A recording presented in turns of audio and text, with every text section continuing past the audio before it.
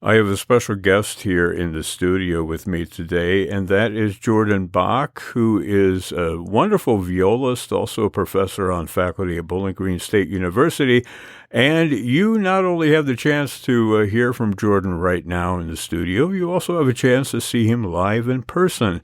That's happening tomorrow, January 11th at 8 p.m., Bryan Recital Hall. He's giving a recital there with pianist Yevgeny Yuntov on the BGSU campus in the Moore Musical Arts Center. Jordan, welcome, and thanks for joining us. Oh, thank you so much, Brett, for having me. It's a real pleasure. Glad to have you here. I've been listening to your fairly new album. It's called Impulse, yes. And we're going to listen to a couple of cuts from that. But before we do that, why don't you tell us a little bit about yourself? Give us a little backstory on you. Oh, sure. Well, I am a violist. I started picking up the instrument when I was about 8 years old, when I was in public school in New York. I'm from New York originally. And it wasn't love at first sight. I absolutely hated it, to be honest, because I wanted to play the violin. So I started on piano, and violin was hopefully going to be a secondary instrument for me. But by the time, the chance came around for me to pick up that instrument, there were no violins left in my public school, which was so sad. So they handed me this hateful thing called the viola. And I just remember thinking, I was 8 years old, and I was thinking, oh my goodness, what a fake violin. And now I have to, be responsible for playing this thing. And so the first 2 or 3 years, I was miserable, but somebody had to do it, right? Yeah. But afterwards, into my teenage years, I was part of a wonderful youth orchestra program in Long Island called the Children's Orchestra Society, which is run by Dr. Yo-Cheng Ma.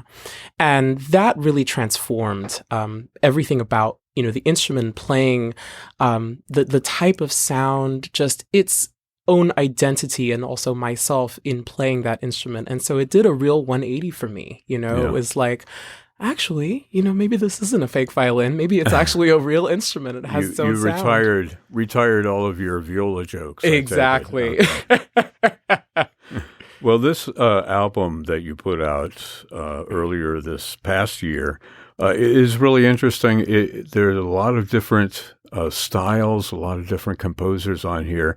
I want to start with a fairly short work by Rebecca Clark, her untitled work, which I take it she wrote probably in the first or second decade. Yes, right, yeah. So the Untitled was written about 1918. Okay. Along some other compositions as well. I play some of her music, the viola sonata, what have you, but I've never heard this piece before, and it's just lovely. It's a really marvelous piece, and she has a couple of other shorter works for viola and piano, but I just found this one to be absolutely mesmerizing and astounding. Yeah. But we should mention she was a violist herself. Absolutely, and a really great one too. Yeah.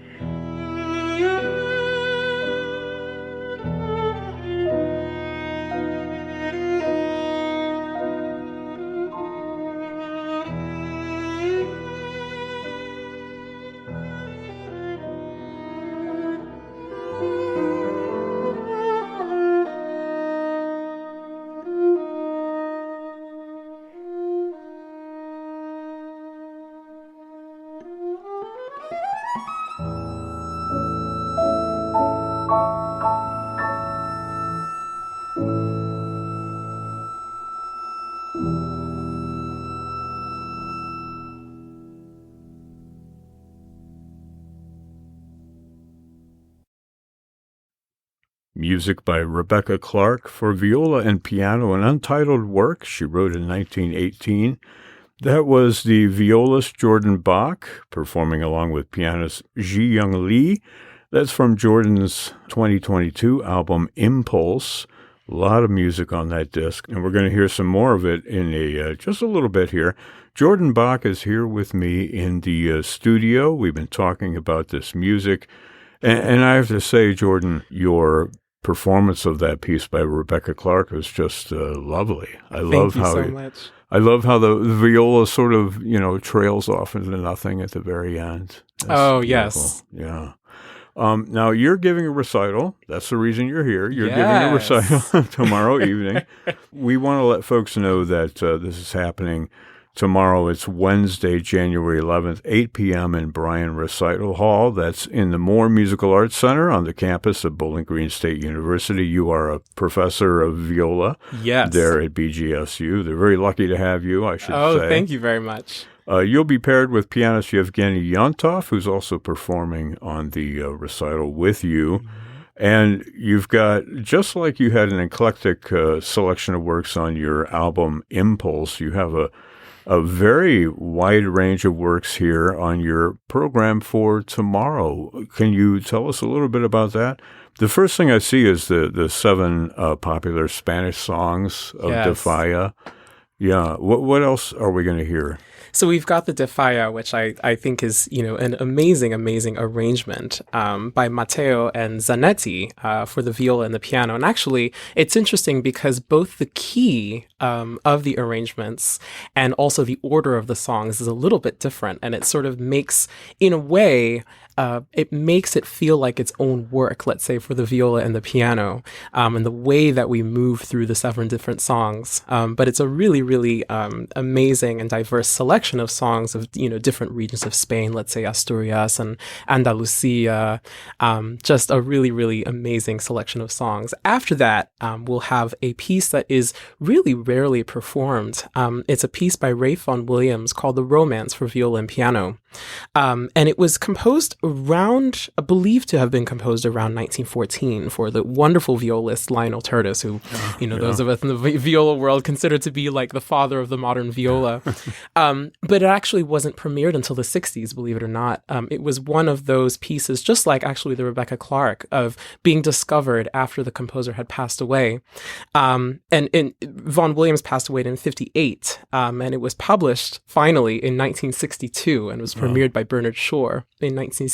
And it's a really, really amazing, almost like a meditative beginning, but turns into this really outwardly expressive, virtuosic piece for both the viola and the piano, but still having this wonderful, mellow, melancholy, solemn quality to the piece of music. After that, we'll have an amazing piece that was written for me actually in 2021. It's called Tableau 12 by Tyson Davis, which is actually also on Impulse, believe it or not. Is one of the other tracks on that album. Tyson Davis is a really great friend of mine. He is getting so much work these days in terms of compositions, but he's a very, very young composer. I think he's still studying at Juilliard, believe it or not. But I had commissioned him during my time as an artist with WQXR, and he wrote this wonderful piece for me, which was part of an already established series that he had started called the Tableau series, kind of like Elliott Carter's Figments, which he was also very inspired by. He was like Barrio. He was just a huge Elliott Carter fan, and for me that was a full circle moment actually, and I'll tell you why.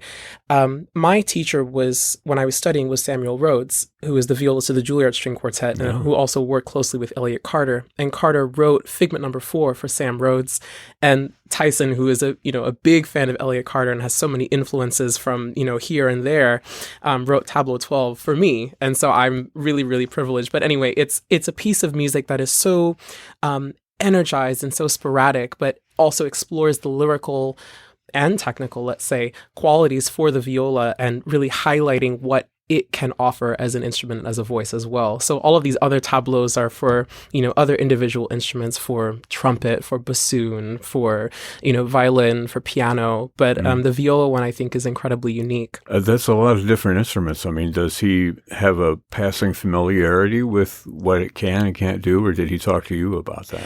I think it was, he's had some experience writing for the viola, not maybe so much as a solo instrument, but within like a string quartet or other chamber music, or let's say the viola section in a full orchestra. But we've definitely had conversations about how to, write and put down, this particular technical objective on a piece of music and how that can be possibly done, especially in his very unique compositional language. You also have two other works on the program, one by George Enescu, the other by Johannes Brahms. I love that you Yes. start with Defy and end with Brahms, but Yes. you go kind of crazy in the middle. So tell us about these last two pieces. So the concert piece by George Enescu, that was written in the early 1900s and actually was commissioned by the Paris Conservatory, the Conservatoire de Paris. And it was a required piece for an annual viola competition that happened in Paris. And so with that, I think, kind of looking back in the way the viola has taken place and held any sort of voice or responsibility within, the string family, that really changed with that particular piece. I think there was a really, really big shift of what is possible technically and musically as a violist. And it's really just a beautiful beginning to the piece that turns into a really, really virtuosic kind of showpiece. Like if you could imagine something like Sarasate, but but written by Enescu. Yes. And so now what it has become is a relatively standard piece for us, but it really is just some of the most beautiful colors and amazing writing that you'll hear in duo repertoire.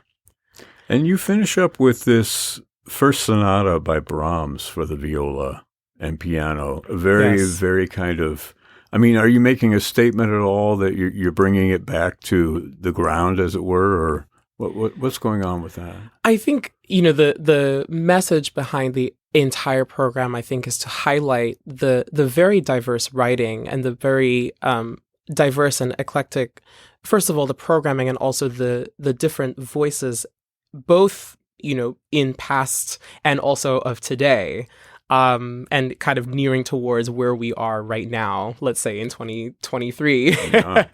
But what we have achieved over the past, let's say 200-300 years of what's really possible for a viola and therefore a violist to bring and contribute musically and technically. And the Brahms, coming back to that, I think the viola lends a very unique voice to that sonata particularly. I think it existed first as a clarinet sonata, but, Brahms, of course, had his own original autographed scores, parts for the viola, not just in this sonata, but also the E-flat sonata, the clarinet trio, and the clarinet quintet. Right. And I think coming back to that and just how human and how just amazingly lyrical and vocal the viola can be with the piano, and certainly as a duo, I think is just absolutely astounding. And it's really, we can bring it back home, let's say, after exploring all these different virtuosic avenues, to really sing something true from the heart. Well, it's a late composition for Brahms. Yes, absolutely. And based, as you said, on that clarinet sonata, which is very well known as itself.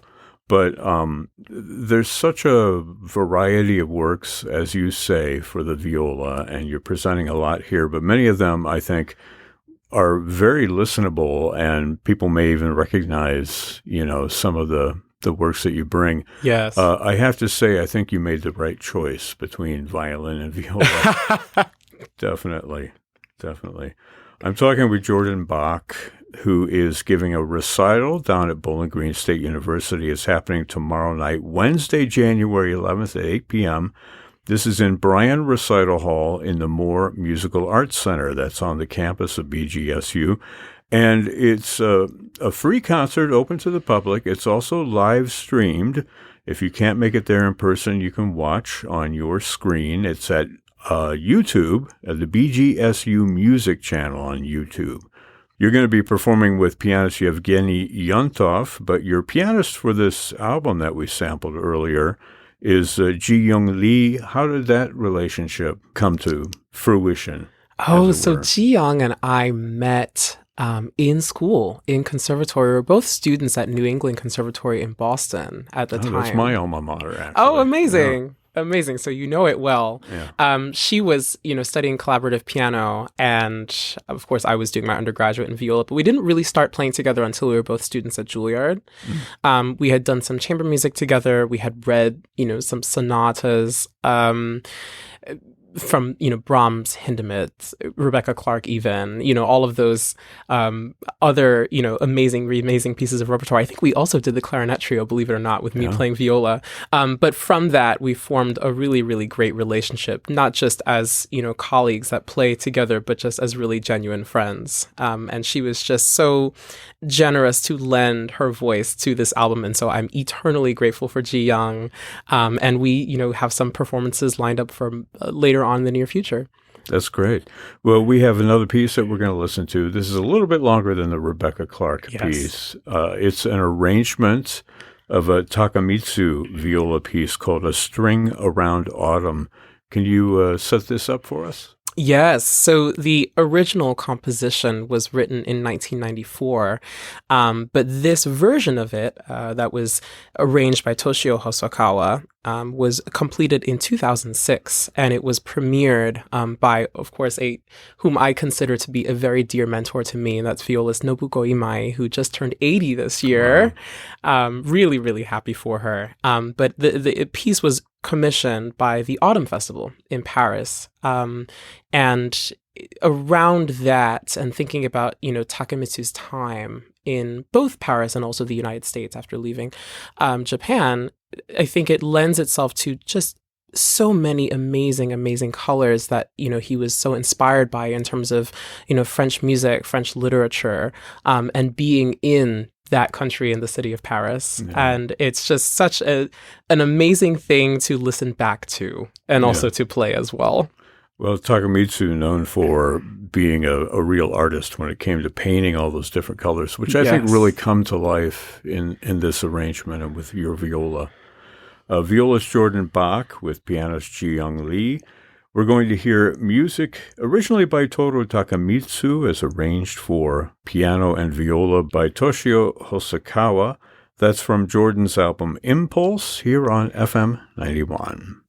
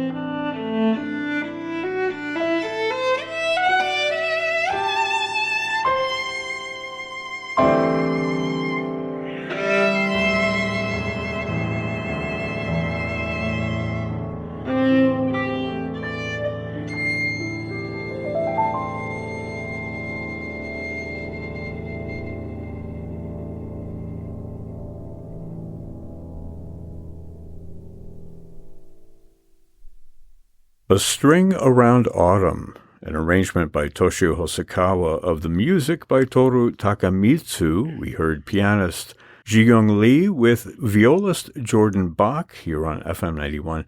Jordan has been my guest today. He's giving a recital. He's on faculty at Bowling Green State University.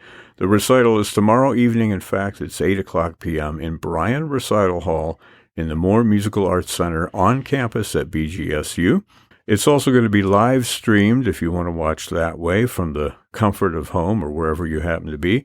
That is at youtube.com/BGSU music.